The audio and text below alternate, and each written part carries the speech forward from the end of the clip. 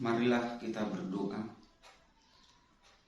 Bapa Tuhan Yesus Kristus, Bapa yang kami sembah dan kami puji, terima kasih Tuhan atas anugerah, penyertaan dan perlindungan-Mu di dalam kehidupan kami.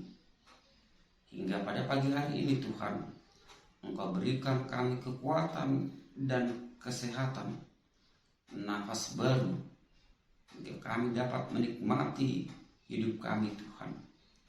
Dan sebentar kami Bapa akan mendengarkan sebagian dari isi firman-Mu. Bukakan hati dan pikiran kami, agar kiranya kami dapat mengerti maksud daripada isi firman-Mu, sehingga itu Tuhan dapat menjadi bekal bagi kehidupan kami. Kami dapat melakukan yang sesuai dengan kehendak-Mu. Kami mohon pengampunan dosa kami Bapa. Hapuskanlah itu, agar itu jangan menjadi penghalang anugerah yang Kau berikan kepada kami. Terima kasih Bapa di surga. Terimalah doa kami ini yang kami panjatkan hanya di dalam nama anak-Mu Tuhan Yesus Kristus, Juru Selamat kami. Amin. Shalom Bapak Ibu, saudara-saudari yang terkasih di dalam nama Tuhan Yesus Kristus. Sapaan firman Tuhan bagi kita hari ini, Sabtu 25 Juni 2022, yaitu tertulis dari kitab Hagai pasal yang pertama ayat yang ke-14. Demikian bunyi firman Tuhan. Jadi disunggul Jehovah maton dinisi Serubabel anak nisi Sealtil, pangarajai sian Juda dohot ton dinisi tuani maling Joshua anak nisi Josadak, dohot ton dinisi Sadok pasi-pasi ni bangsoi, gabi robe nasida mangaradoti, ulaun dibagas ni Jehovah Zebaot, debata nasidai. Bahasa Indonesia dikatakan, Tuhan menggerakkan semangat Jerubabel bin Sealtil, Bupati Yehuda, dan semangat Joshua bin Josadak, imam besar, dan semangat selebihnya dari bangsa itu. Maka datanglah mereka, lalu mereka melakukan pembangunan rumah Tuhan semesta alam, Allah mereka. Demikian firman Tuhan. Bapak Ibu yang terkasih di dalam nama Tuhan Yesus Kristus, orang Kristen tidak dapat memisahkan dirinya dari tempat ibadah. Tempat ibadah yang dimaksud di sini adalah benar-benar tempat ibadah secara fisik, yaitu gedung gereja.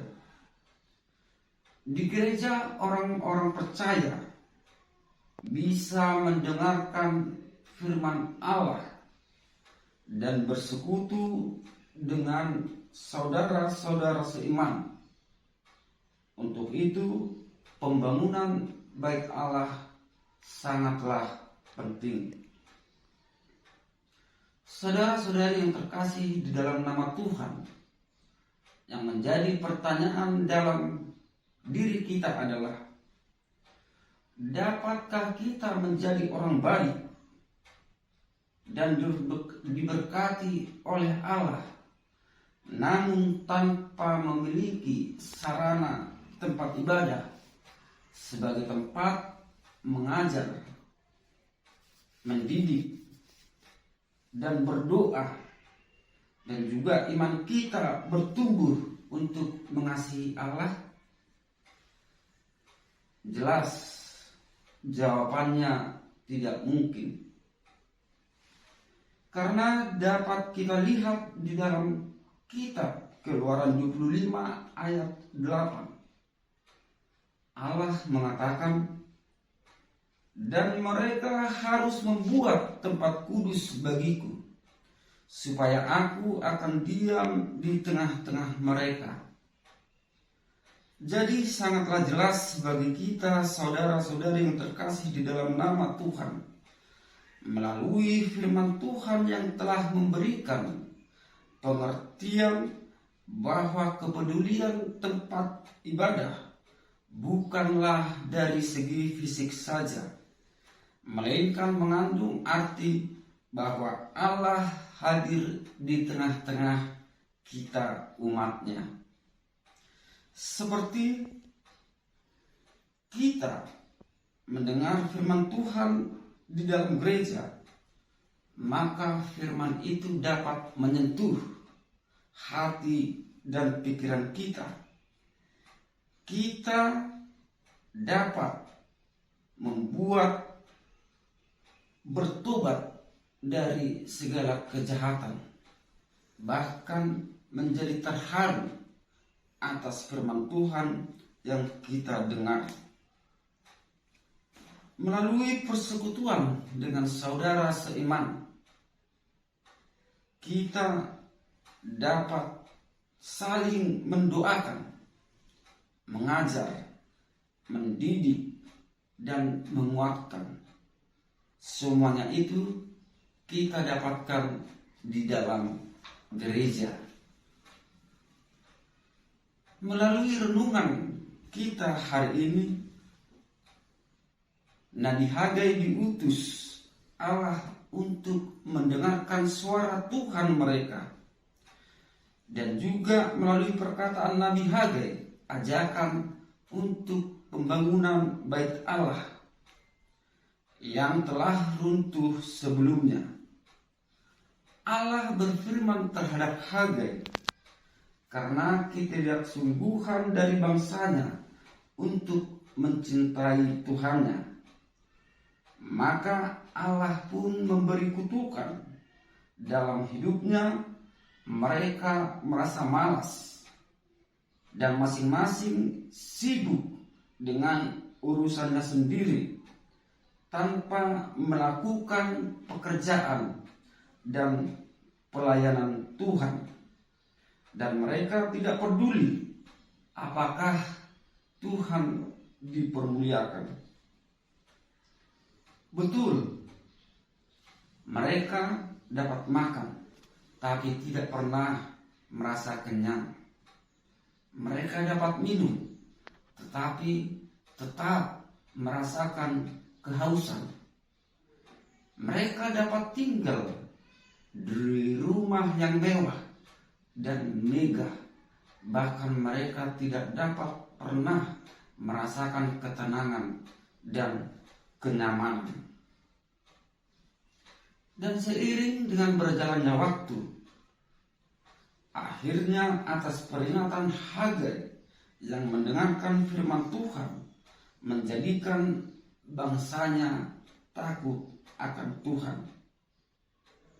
Nah, saudara-saudari yang terkasih di dalam nama Tuhan Yesus Kristus, mari kita meninggalkan kenikmatan duniawi yang hanya bersifat sementara saja. Mari mengarahkan iman kita dalam pelayanan Allah, baik itu pembangunan bait Allah. Seperti yang dapat kita lihat di dalam renungan kita hari ini, bagaimana Zerubabel bin Shealtiel, seorang pejabat pemerintah, seorang bupati, dan Yosua bin Josadak, seorang imam besar, bersama bangsanya dengan semangat mereka melakukan pekerjaan Allah. Sama halnya dengan kita, saudara-saudari yang dikasihi dalam nama Tuhan. Mari kita bersama di dalam melakukan pekerjaan Allah dan juga pelayanan Allah. Karena di hadapan Allah kita itu sama, pejabat tinggi maupun non pejabat, yang kaya maupun yang miskin, bahkan yang muda maupun yang tua, semuanya itu kita sama di hadapan Allah. Mari kita memilih hidup dekat dengan Tuhan. Dengan demikian, berkat sejati pun akan mengalir di dalam hidup kita. Karena Tuhan selalu berjanji, apapun pergumulan kita, apapun kesusahan kita, Tuhan selalu menyertai kita. Amin. Kasih karunia dari Tuhan Yesus Kristus, serta kasih setia Allah Bapa, dan persekutuan Roh Kudus memberkati dan menyertai kamu sekalian hari ini, esok, dan sampai selama-lamanya. Amin.